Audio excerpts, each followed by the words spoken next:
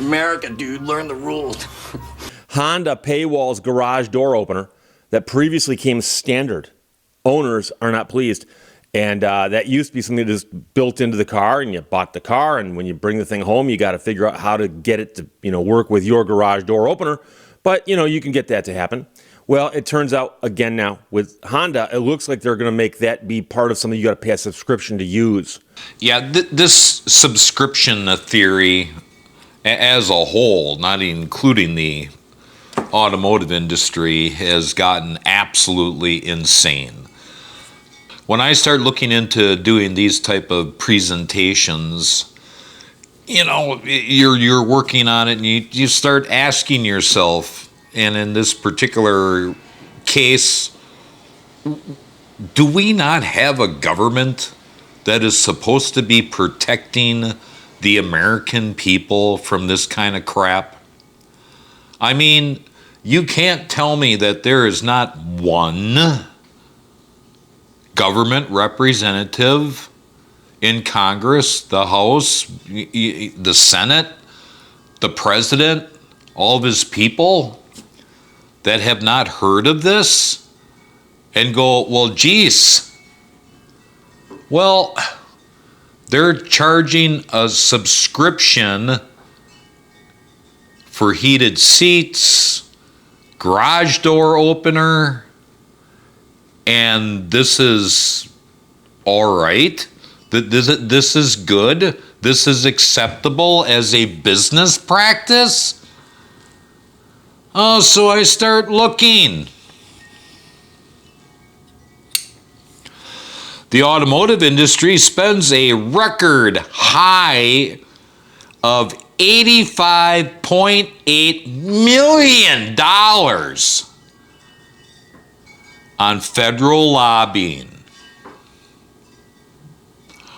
Oh, well, where does that money go?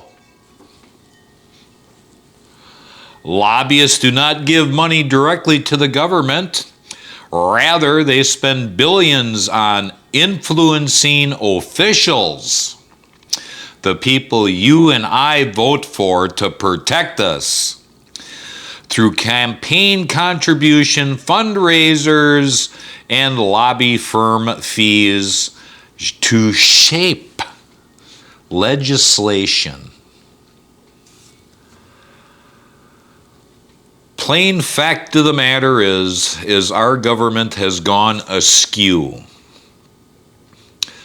We really need to band together and stop this crap. Let's check out this. Hi, I'm Oliver with Volkswagen. We know car prices are higher than ever, so we asked the question, is there a way to be even more greedy? Turns out this is AI, so you know, but the next ones are not. We did it. Take this ID3, 201 horsepower right out of the gate. But it gets better. For the low price of $22 a month, we'll unlock an extra 27 horsepower that's been in your car this entire time. Isn't that awesome for our stockholders? Oliver, you're thinking too small. Why put 10% of horsepower behind a paywall when you can do 25% for $1,200 a year? It's so cold outside. Let me remote start my Camry. Ah! You too, Toyota? Guys! You're not digging deep enough. Be more petty. Heated seats for free? You wish.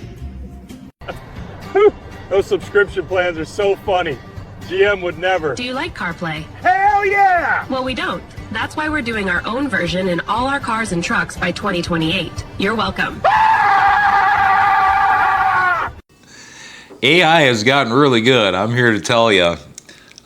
You can still kind of tell, but because the person and the voice they're not melded yet. It's kind of like they're overlaid. But anyways, that just shows you right there how egregious this is getting, and just absolutely insane.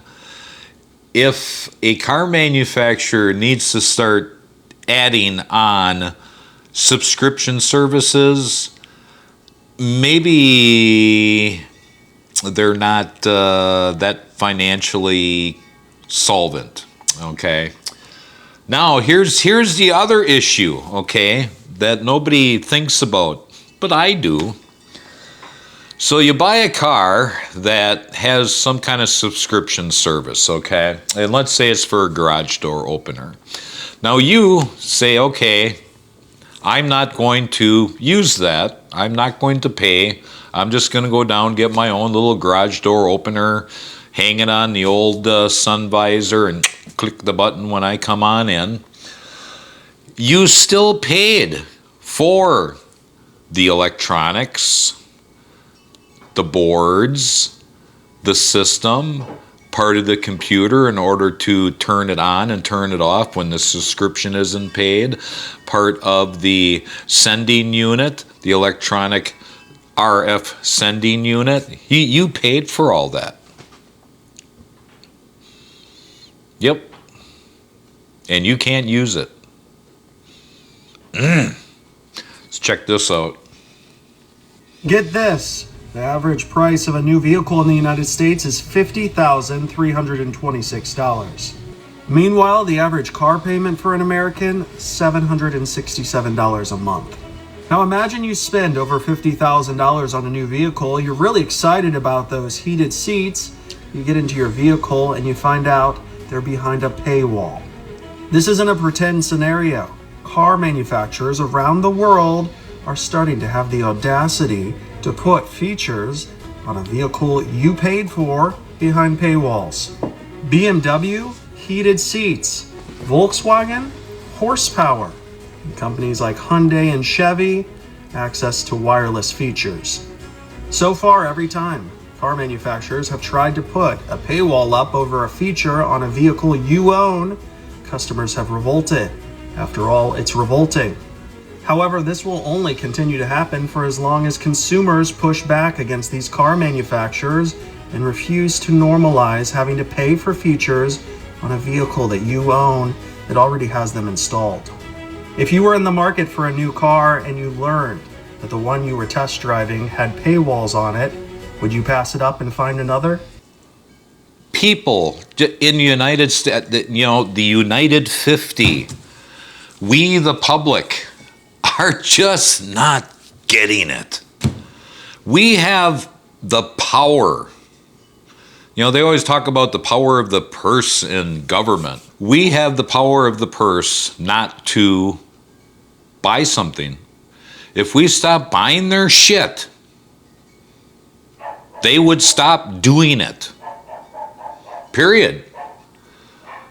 If we can band together somehow and say, you know what? We all agree that we can't do this, that this is wrong, then stop buying it.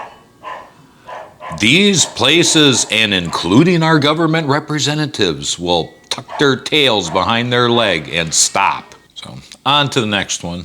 Hyundai will soon lock some in-car features behind a paywall. This move is very similar to what BMW tried to do last year, where they made heated seats part of a subscription service after you had already purchased the car, and even though the hardware was already there. Well, Hyundai says, you know what? We want a part of that in our smarter cars in the future. We want in-app or in-car purchases in our vehicles. And this is part of Hyundai's Features on Demand program, which is marketing jargon for pay-to-use features. So not only will you buy a Hyundai car, but you'll have multiple levels of subscription service in your Hyundai car that unlock various features. This is on the agenda of the newly founded Hyundai Connected Mobility, which was established in Europe last month, and it brings together the Mosian car subscription and BlueLink service programs. And I think that this is terrible. Terrible. Hyundai isn't exactly being forthcoming about what features they're going to roll out. The most common example is BMW's heated seats, but they're saying that I think it's exciting. It's going to bring new features into older cars, is their marketing jargon. And the reality behind that is software updates could improve the performance of electric motors and batteries and stuff in some of their smart cars, but you can't download heated seats. You can't download a leather steering wheel. BMW got flamed for this horrifically. I don't know why. Well, I do know. We're about to get to why. You would say if the feedback is so bad, why would any car company do this?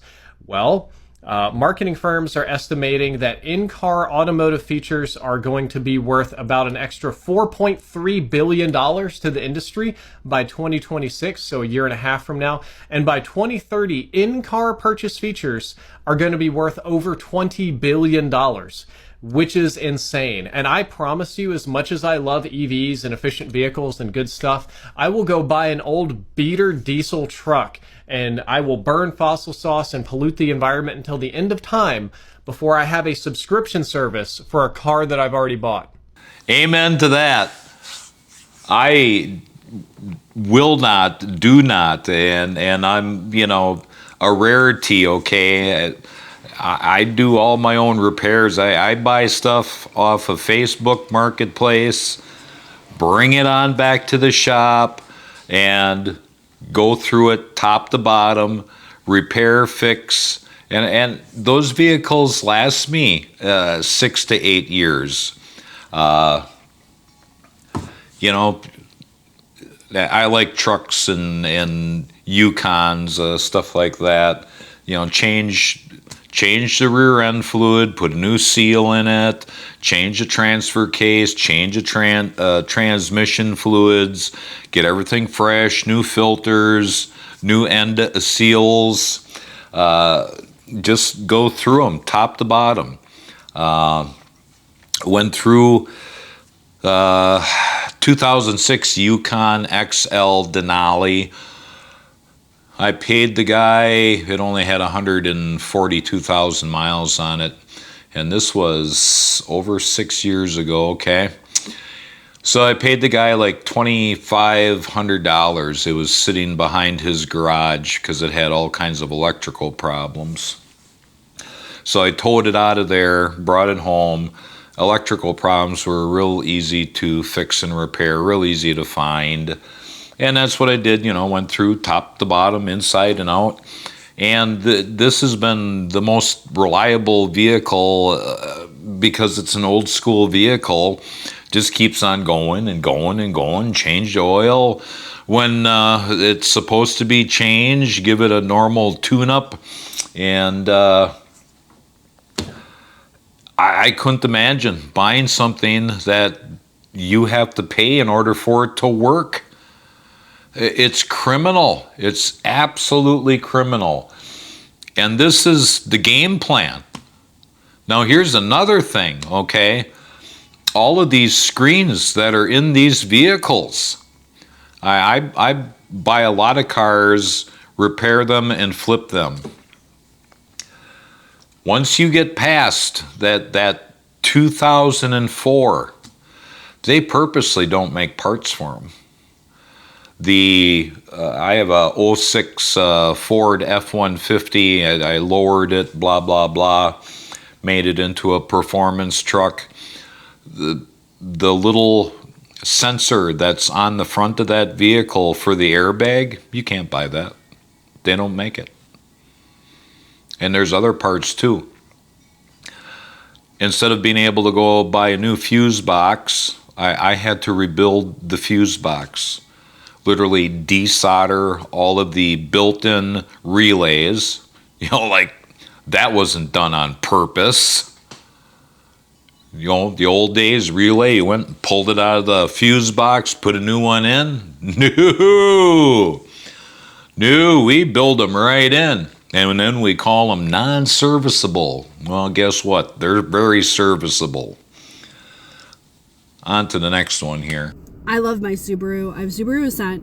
And here's the thing that drives me crazy. I can't remote start my car. It is behind a paywall of $150 a year. So I hate that because I feel like when you purchase an expensive vehicle or any vehicle, you should have the right to use all of those features that come with your vehicle. I'm putting this out into the world because there are a lot of times where I have either my hands full or I'm shuffling kids into the car and it's freezing out, and nothing would make my life easier than to have my remote start, go ahead, get the car warmed up so the poor kids can like actually get into the car without freezing, especially as winter comes really soon. So I think it's bogus, frankly. I wish I was being a little bit nicer about it in hopes that maybe Subaru would see this and be like, you know what, everybody's having a really tough time in 2025. Yeah, we're going to take away the paywall and y'all can enjoy heating up your car remotely or something like that. And I'm not being very articulate. I'm just like cranky. I'm so cranky these days. There's so much to be cranky about, and I hate being cold, and it just like frustrates me that these corporations, you can buy something and you don't even own it in that way. So yeah, Subaru, if you want to be really cool, I know there's a lot of people out there that would love to be able to warm up their car before they get their kids or whatever it may be. If you want to just drop the paywall, I think you'd have a huge group of fans on your hands. So that's it. So if we let this continue, okay, without just saying, okay, we will not accept this. This is how egregious this is going to get. You bought a car, it's got a sunroof, and you will have to have a subscription in order to open it. That is where it's heading if we let this crap continue. And this goes for a lot of things in the United States that we're just allowing to happen instead of putting our foot down. We have got to wake up. We have got to get united instead of being purposely separated with this Democrat-Republican bullshit. That's being done on purpose. On to this next one. Are we getting scammed by car manufacturers because of the new technology? What I mean by that is I've seen a lot of people talking about how all the cars now, they don't have little buttons, they just have screens with software for, air conditioning, radio and all that. And all these cars are made the same that have access to all these features, but you have a paywall to get access to the features. Does that make sense? Like BMWs with heated and cooled seats, but you only get the heated and cooled seats if you pay the extra fees, but all of them are capable of doing it with software. I think this is a good example of that, and that is the S650s that all have this big new screen in there. All of the AC stuff used to be right here on little knobs, but then they put it into this screen. So if I want to go up more, I got to click this button. If I want to change the temperature, I go over here. I'm pretty sure this car has the capabilities of dual climate control where you can have a different temperature on each side, but because I didn't pay for the premium, I don't have that unlocked in the system. Premium cars, you can adjust the temperature on this side and you can adjust the temperature on that side. On the base models, I only get one temperature across the entire vehicle. And I could be wrong. There could be a whole extra part to do dual climate control. I could be wrong here. With all the new tech, I've heard, especially with BMW, I don't know why I keep going to the BMW. I've just heard the rumors from the BMW community that the cars are being made the same. Like they all can have heated and cooled seats, but unless you pay more, the car doesn't have that and it's not in the software. Like, I don't know if that's true, but if it is, it's most definitely a scam. I've heard of it on Teslas too. Like if I'm paying for the car and it already has the capabilities to do X, Y, and Z, but you want me to pay $5,000 extra to just get a software update that'll let me do it, that's crazy. Yeah, let's go on to this screen thing. Sometimes, I wanted to mention this before, but I get so worked up some days. It just, God. This screen thing also is a planned obsolescence, okay? They only make these screens, these touch screens in cars for a few years. And they will not make any extra. Now, I know there's rebuild services out there, but they are purposely planning You can't take an electronic item and constantly have it freezing in winter and baking in summer and have it last. You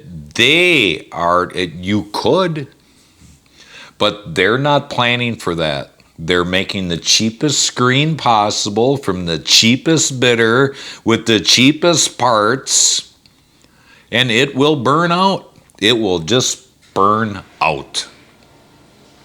And you will be screwed, because these new cars are all over computerized. They have CAN, LAM system, you name it. They have all kinds of stupid systems in them. And when a screen doesn't work, that means the car will not work. Won't drive, won't start, won't run. That is the crap that they are pulling on us. And once again, we're letting it happen because we keep on going out and buying it. On to the next one. We've been seeing this model of business more and more recently. I think, the video game industry popularized it quite a bit with all the different add-ons and features. You can't just buy the full game anymore. You have to buy a partial portion of the game, and then we'll charge you more and more for additional add-ons and different levels, so on and so forth. And this has just kind of spiraled out of control now. I mean, now they want to make it so that heated seats and emergency brakes and things of that nature are paywalled in your car.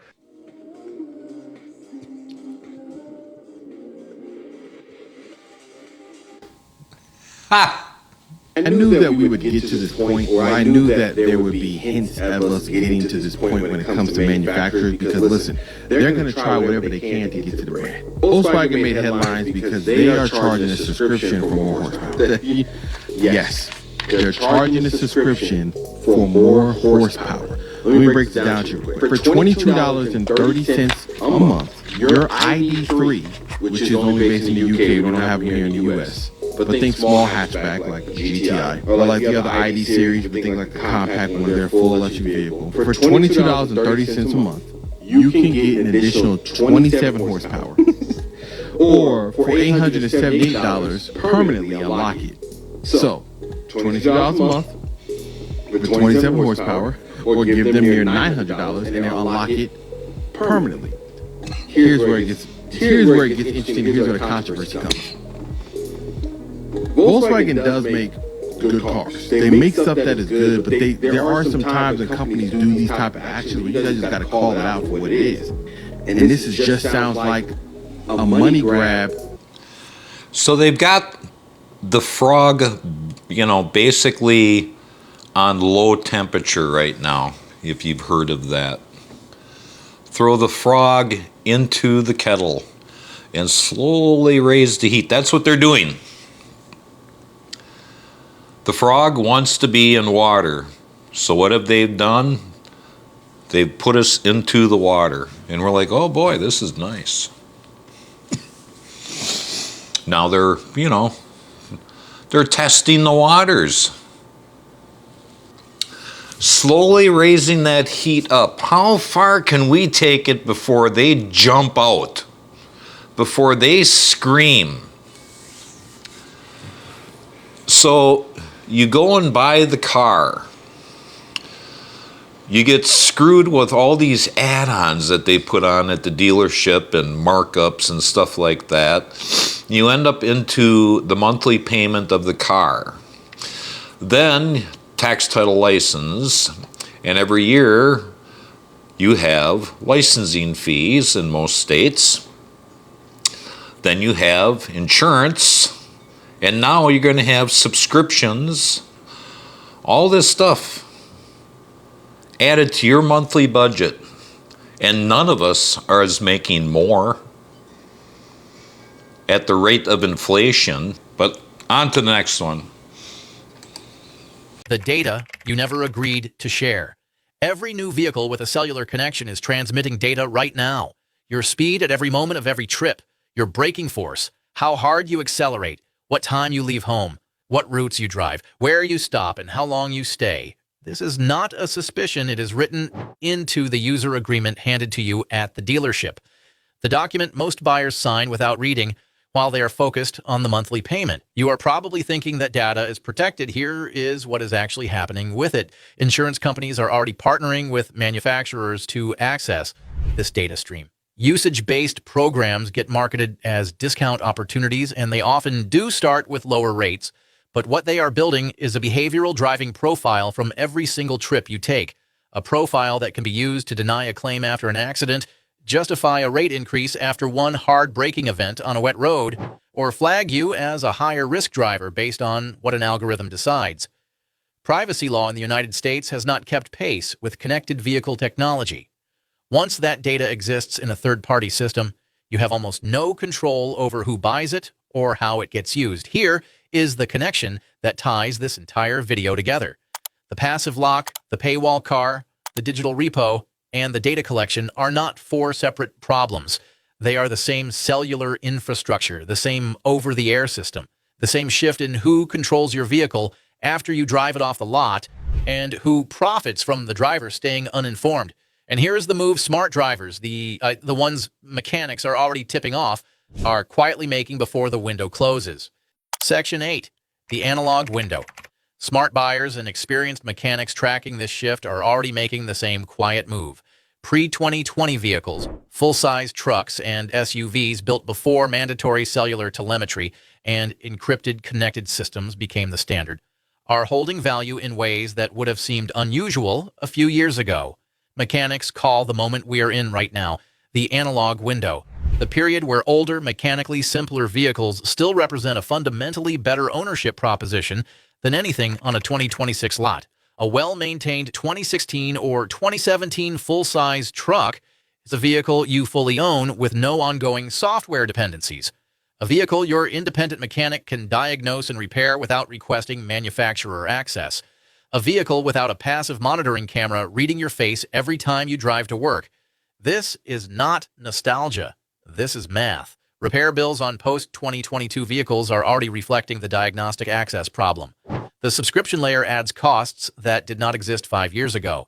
The passive lock mandate is delayed, not canceled, and the data pipeline is already running on every connected vehicle on the road today. The analog window is not permanent. Parts availability changes. Mechanics who specialize in older platforms eventually retire.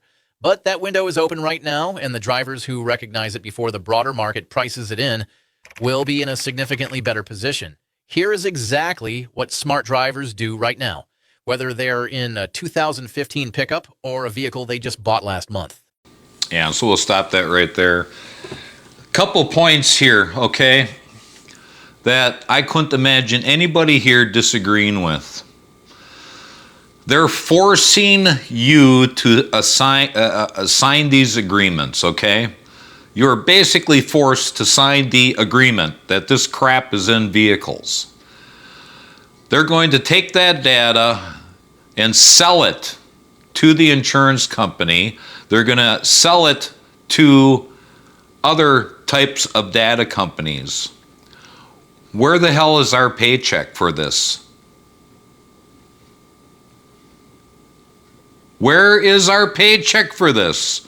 Where is our monthly subscription fee back to us?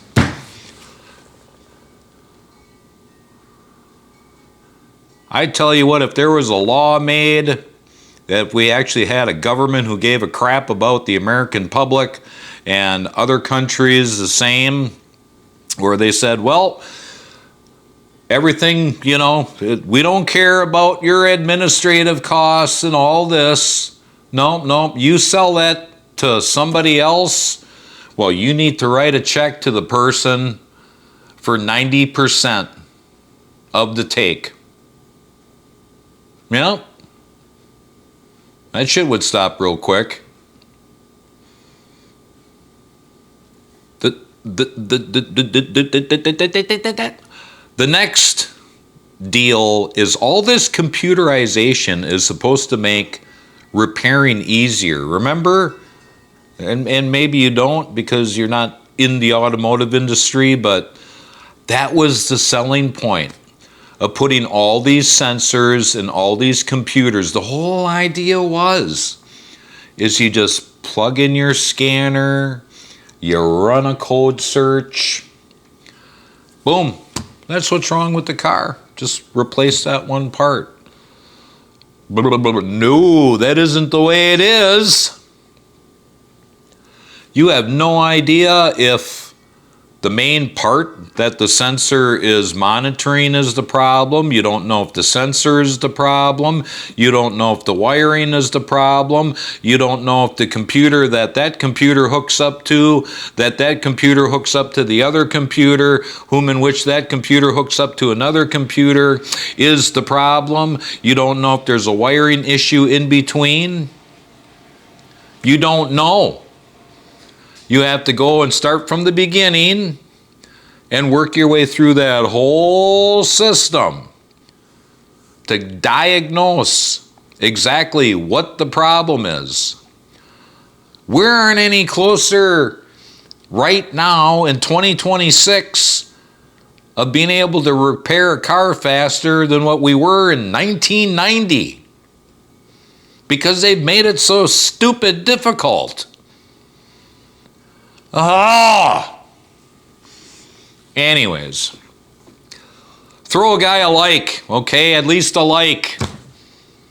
It's not hard. Just on your phone there, you just boop like. On your computer, boop like. Let me know what you think here, okay? And we'll see you on the next one.